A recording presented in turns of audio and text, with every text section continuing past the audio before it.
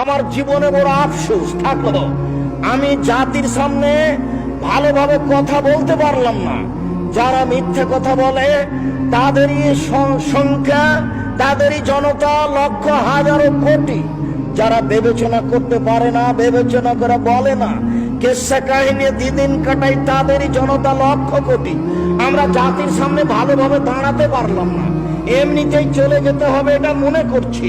এরপরে বলছি, পরিস্থিতি যা, যেইভাবে বক্তব্য চলছে, যেইভাবে সামাজিক অবস্থা, তাতে বক্তব্য দিয়ে ইবাদত করে বিচার মাঠে জান্নাত পাবো এটা আমার মনে বলে না।